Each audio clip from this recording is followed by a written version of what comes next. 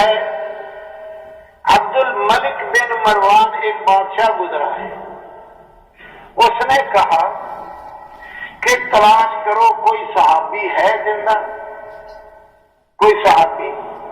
سارے شہروں میں تلاش کیا، صحابہ کا دور ختم ہو چکا تھا، بتایا گیا کہ صحابی کوئی نہیں ملا۔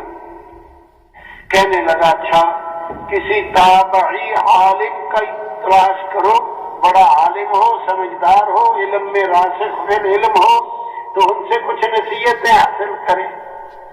ابو حازم رحمہ اللہ، ان کا پتہ بتایا گیا، ان کے ساتھ بات چیت شروع ہو گئی۔ باتوں باتوں میں موت کا تذکرہ آ گیا۔ موت مومن کے لیے تحفہ ہے، اس قسم کی باتیں آ گئی۔ عبد الملک کہنے لگا جی ہمارا تو مرنے کو جی نہیں کرتا، اس کی کیا وجہ ہے؟ ابو حازم رحمہ اللہ نے فرمایا ہم نے اپنی ساری محنت موت سے پہلے کی زندگی پہ خرچ کر دی، بڑھیا مکان، بڑھیا سواریاں، بڑھیا فلاں چیز، بڑھیا کھانے، ساری قوت اسی پہ لگا دی، تو ہم نے اپنی دنیا کو تو کر لیا آباد، اور آخرت کو نظر انداز کر کے چھوڑ کے کر دیا برباد، ویران۔ آبادی سے ویرانے کی طرف جانے کو تو کسی کا بھی نہیں دل چاہتا، یہ وجہ ہے۔ جنگل میں آدمی ہو، رات ہو جائے، کوشش ہوگی کہ میں کسی بستی میں پہنچ جاؤں، آباد جگہ پہ پہنچوں۔ تو عبد الملک کہنے لگا کاش ہمیں اپنا انجام معلوم ہو جائے، ہماری آخرت کیسی ہے۔ ابو حازم کہنے لگے یہ کیا مشکل ہے، قرآن سے پوچھ لے، قرآن سے پوچھ لے۔ تم کیا کہتا ہے؟ ان الابرار لفی نعیم، بے شک نیکوکار یقیناً نعمتوں میں ہوں گے، وان الفجار لفی جحیم، بے شک فاسق فاجر لوگ، برائیاں کرنے والے لوگ، لفی جحیم یقیناً جہنم میں ہوں گے، نیکیاں کرنے والے یقیناً جنت میں، برائیاں کرنے والے یقیناً دوزخ میں۔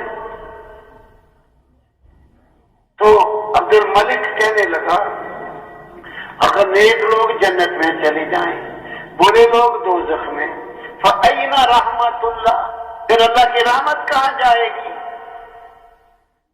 اللہ کی رحمت۔ ابو حازم رحمہ اللہ نے فرمایا یہ بھی قرآن سے پوچھ لے کہ رحمت کہاں جائے گی؟ ان رحمت اللہ قریب من المحسنین، اللہ بے شک اللہ کی رحمت نیکوکاروں کے قریب ہے۔ اللہ کی رحمت کن کے قریب ہے؟ نیکوکاروں کے۔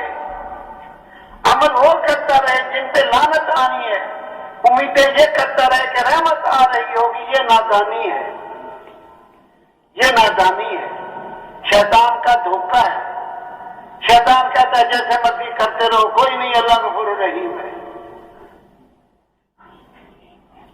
یہ شیطان کا دھوکہ ہے۔ تو برے حالات ٹل جائیں، اچھے حالات آ جائیں، اس کے لیے اچھے اعمال کرنے پڑتے ہیں، پھر برے حالات جاتے ہیں، اچھے حالات آتے ہیں۔ یہ ہے ضابطہ، یہ ہے ضابطہ۔ اگر ہم اعمال خراب کرتے جائیں گے، ہاں، ساری دنیا کی حکومتیں ایک آدمی کے حالات نہیں بنا سکتی، ساری دنیا کی حکومتیں ایک نہیں، حکومت والے ہوں، محکوم ہوں، کوشش یہ ہو کہ ان بندوں کے اعمال کیسے بڑھیا بن جائیں، ہاں، اور ہر طبقہ یہ سوچے ہمارے اعمال کیسے بڑھیا بن جائیں۔